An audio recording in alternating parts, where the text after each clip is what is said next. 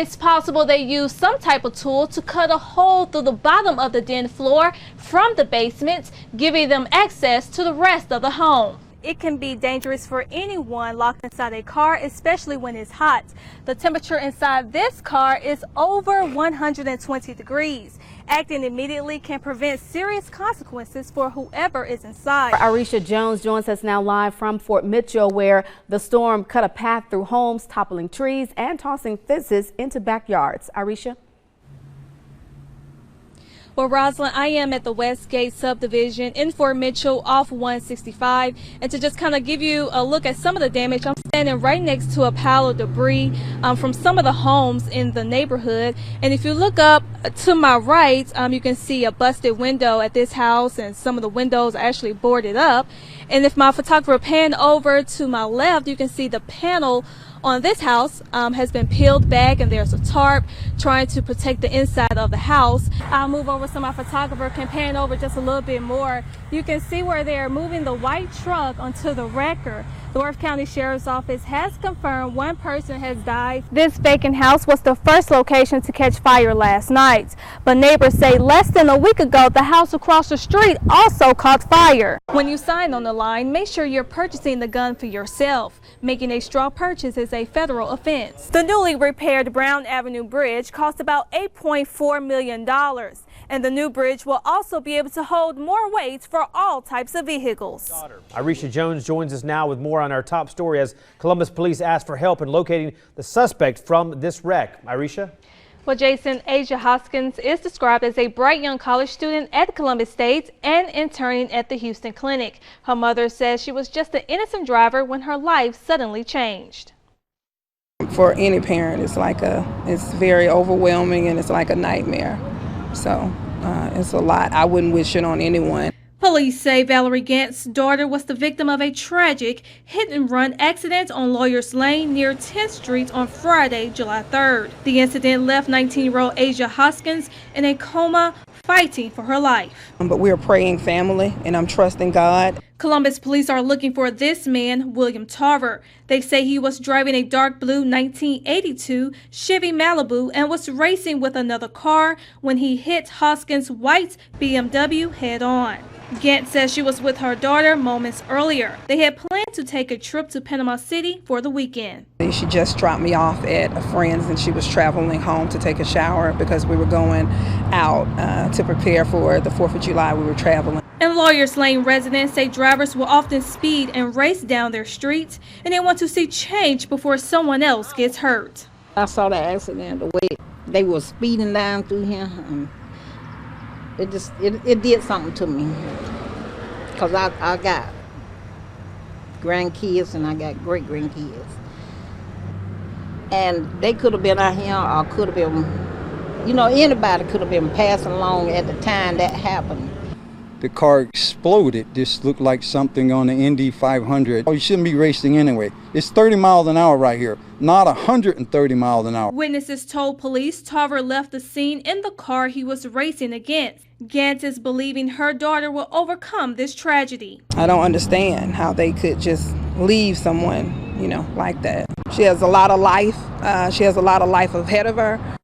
But recently, someone came in and stole thousands of dollars worth of items he wants to have back, and the couple is hoping you can help.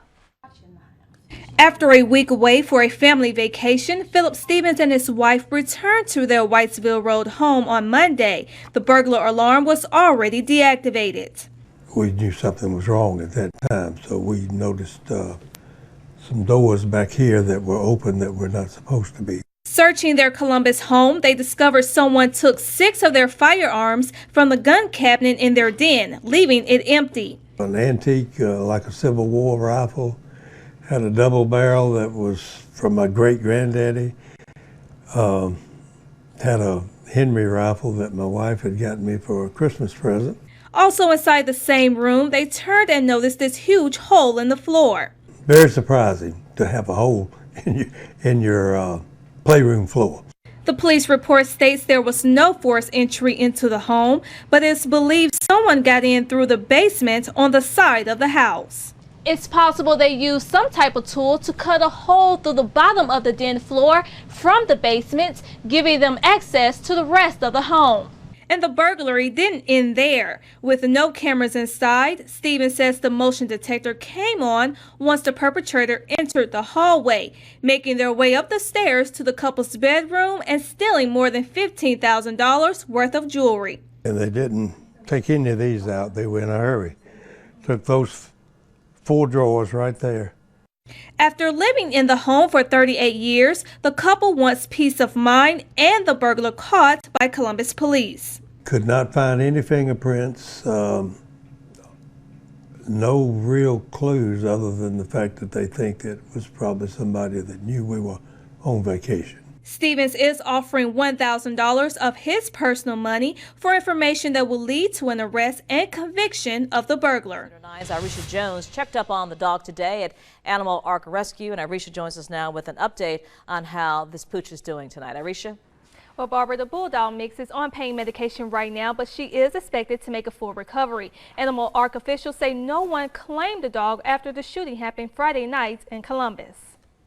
Zena is up and walking around after she was shot in the shoulder Friday night. The bullet that hit her was a through and through, so surgery is not necessary. She's going to be on a bout of antibiotics, most likely for the next 10-15 days. Larry Johnson and Henry Barlow were both charged with animal cruelty for shooting Zena around 10:30 Friday night on 3rd Avenue and 28th Street in Columbus after they were accused of an armed robbery.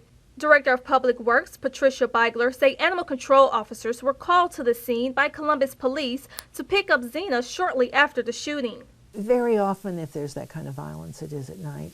So we don't get a lot of animals that are shot, I have to say. Neighbors who witnessed the shooting say Zena did not belong to anyone in particular, but was considered a neighborhood dog and everyone took turns taking care of her. She's obviously well socialized, meaning she grew up around people and other animals. Those are not the characteristics of a stray dog. Animal Ark Rescue says it's not often they receive dogs that are in Zena's situation. And this is our first one that was actually shot. Some of the things we see is dogs that have been hit by a car, you know, that in dire strait of medical care. The armed robbery charge was dismissed by a judge for both men, but Johnson still faces an animal cruelty charge. It should come with some kind of sentence. I'm not sure what that would be, but it's a living, breathing thing. You don't shoot it. Now, we've been told that the National Weather Service is actually supposed to come out tonight to determine if a tornado actually touched down here in Fort Mitchell. And we're also expected to get another round of storms tonight. So make sure you have your WTVM weather app for all the latest information. Reporting live here in Fort Mitchell, I'm Irisha Jones for News Leader 9.